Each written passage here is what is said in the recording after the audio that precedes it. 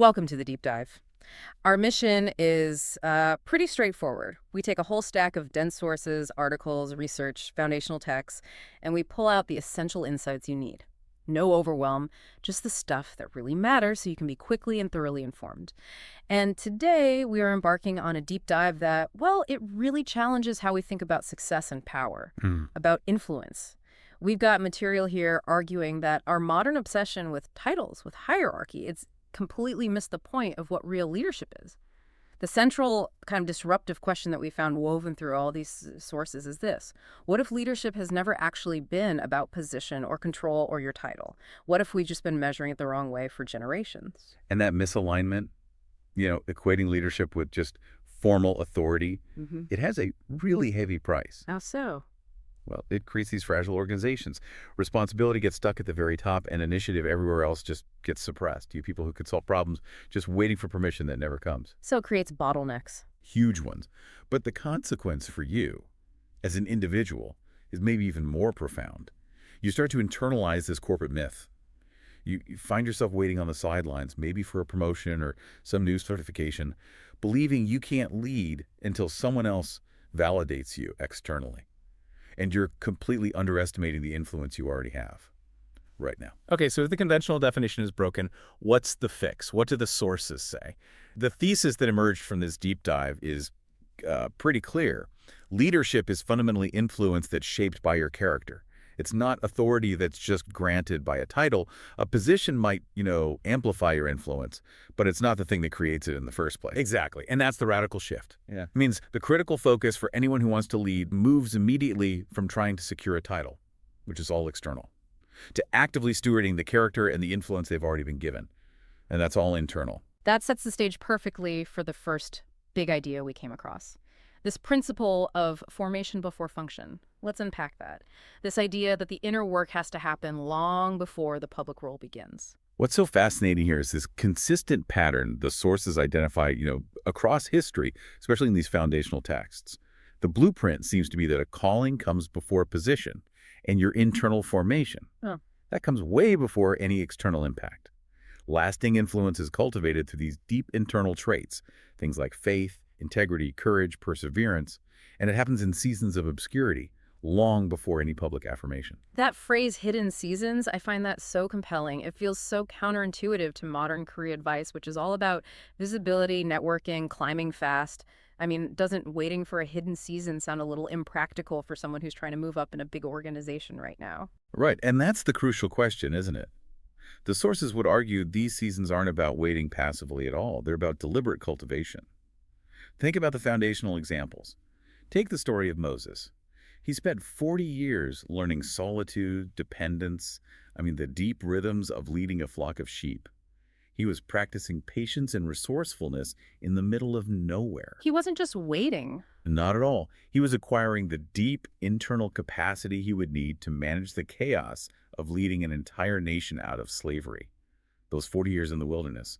That was his intensive leadership school. And David, the future king, he didn't come through some royal training program. No, he learned loyalty and responsibility and courage out in the fields and caves while looking after his father's sheep. His character was forged facing real adversity, lions, bears, which was basically preparation for facing Goliath and then navigating all the treacherous politics later on. And the central figure in all these texts, Jesus, spent decades in relative obscurity learning obedience and humility before his public ministry even started. Exactly. So these aren't just, historical footnotes. They're showing a recurring theme.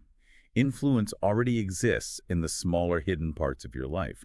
The real question is whether you are leading faithfully in that small sphere, which is what prepares you for a larger one. It's kind of an indictment of being passive. If influence is the measure, then waiting for the perfect title to start leading is just an abdication of responsibility. You're always leading someone, even if it's just yourself. Okay, so if that internal character is the foundation, that brings us to the next tough question the sources tackle. How does that character express itself when it runs up against conventional power structures? This is where we hit what they call the radical inversion of power. Yes, and this is a direct challenge to the world's standard of dominance. The texts call this the kingdom reversal. Jesus explicitly rejects positional dominance. He tells his followers that greatness is measured by service, by faithfulness, by courage, and he's deliberately inverting the Roman and institutional standards of control. He looked at his disciples fighting over status and said, "Not so with you." We should probably define servanthood here because in a modern context, that word gets misunderstood. People think it means being a doormat or passive or just compromising to please people. That's a common misconception, absolutely. The texts redefine servanthood as strength rightly ordered and power under control. It's not weakness. The ultimate example they point to is Jesus washing feet. That's an act that establishes authority not through the ability to command people, but through self-giving love. So what does that look like in practice, behaviorally? It requires immense disciplined strength to relinquish control, to let your team make decisions, while you remain deeply responsible for the outcome. It means resisting that temptation to use people as a means to an end, and instead focusing on their development, their well-being. That intentional surrender of control paired with full accountability, that is true servanthood. That really reframes the whole idea of strength. Okay, let's pivot to courage. The sources say this kind of leadership requires true courage. How do they define that beyond just, bravado? This is a critical distinction we have to make. Courage is not fearlessness. It is faithfulness in the presence of fear. The command you see so often in Scripture, "Do not be afraid," it isn't a denial of danger. It's an immediate reminder of a divine presence and a higher purpose. Courage flows from the conviction that obedience and integrity matter more than self-preservation. Can you give us a more contemporary example of that distinction? How do we spot the difference between that kind of faith-fueled courage and just reckless ambition? Well, you see it in the contrast between obedience-oriented risk and self-oriented risk. Think about Esther, for example.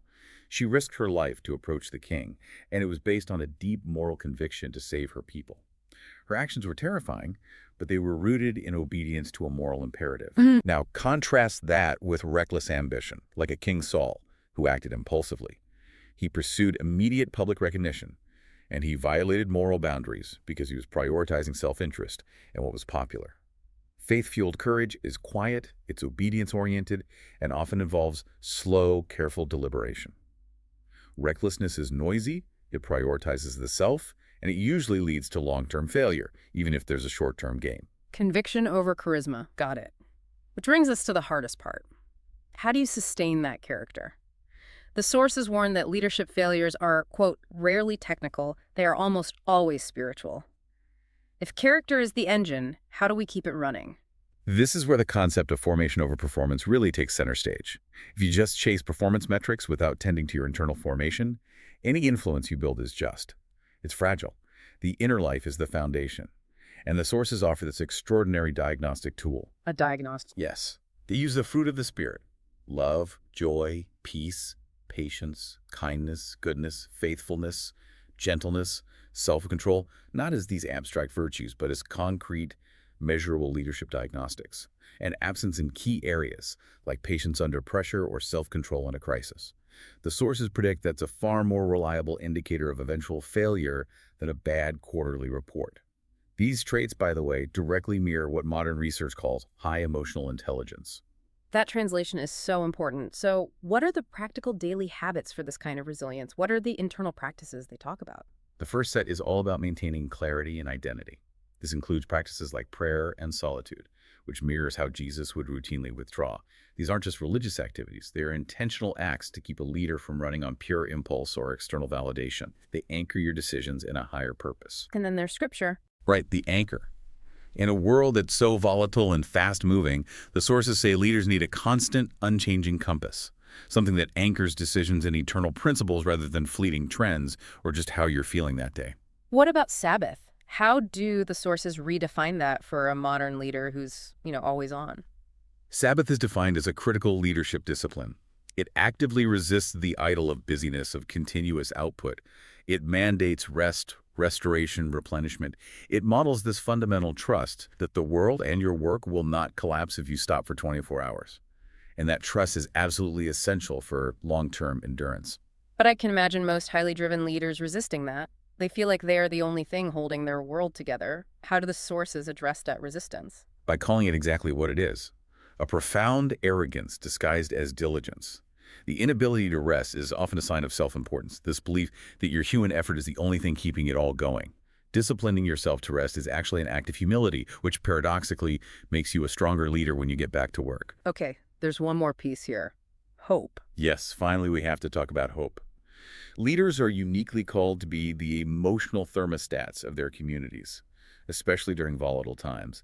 And biblical hope isn't just wishful optimism about your circumstances. It's a deep confidence in foundational promises. So it's not saying, I hope things turn out okay. It's more like, I know what I stand on so I can endure anything. Exactly. A hope-filled leader names reality honestly. They don't deny the problems, but they refuse to catastrophize. They provide a stabilizing presence in a crisis. They can transform that communal fear and panic into disciplined focus. Your ability to endure pressure, which stems from this internal hope, is itself the most powerful spiritual witness you can model for the people you influence. Let's pull all of this together now and look at the scope and legacy of this influence. The sources really emphasize that influence is always happening wherever you are. It's not just for boardrooms or pulpits. They use these powerful but really understated metaphors to explain it. Salt, light, and leaven. They show how impact is pervasive, often hidden, and cumulative. Okay, break those down. So salt preserves and enhances the culture around it, often quietly. Light provides visibility. It exposes truth, demands transparency. And leaven, or yeast, works subtly from the inside out to shape the whole structure. This is how small acts of integrity and faithfulness shape a company culture or a community over time. It's not through grand pronouncements, but through consistent, localized action. And leadership is ultimately defined as stewardship of that influence, a bit like the parable of the talents. Exactly. Meaning the measure of your success isn't how prominent you are, it's how faithful you are with the specific level of influence you've been given. Which is why the sources insist that leadership is relational before it is strategic. Yes. What truly builds enduring influence is relational depth. It's intentional investment in people. Trust is the absolute currency of influence. Any strategy without trust is just manipulation. But in a hyper-strategic world, how do you prioritize relationships over the need for immediate measurable results? That sounds, frankly, slow and inefficient. It is slow, but it's the only path to sustainable generational results. Leading relationally requires a few practical things. It requires listening as a spiritual discipline. Listening not to control the outcome, but to genuinely understand the people around you. It means empowering others by giving them real authority without micromanaging their process. And legacy thinking. Crucially, yes, it demands legacy thinking. You're investing in people. You're mentoring them for long-term generational impact, not just chasing short-term recognition or trying to get immediate utility from them. You're building future leaders, not just managing today's subordinates. This entire deep dive has just completely shifted the definition of maximizing your impact. It moves from chasing titles and ambition to embracing assignment and stewardship. It demands a life led from deep, resilient character, not superficial charisma. And that's the final call to action for you, the listener. You have to reject the myth of someday leadership, that lie that says you have to wait for permission or validation or perfect conditions. Your ordinary daily choices matter. Your actions are rippling outward, shaping the culture around you, whether you have a corner office or not. To be brave enough to lead is to be brave enough to act faithfully right where you are. So if leadership is truly entrusted to the willing and not the powerful, what is the quiet, significant cost of inaction you are bearing right now? Because you are waiting for a title you don't need. Think about that and let it change how you approach your day.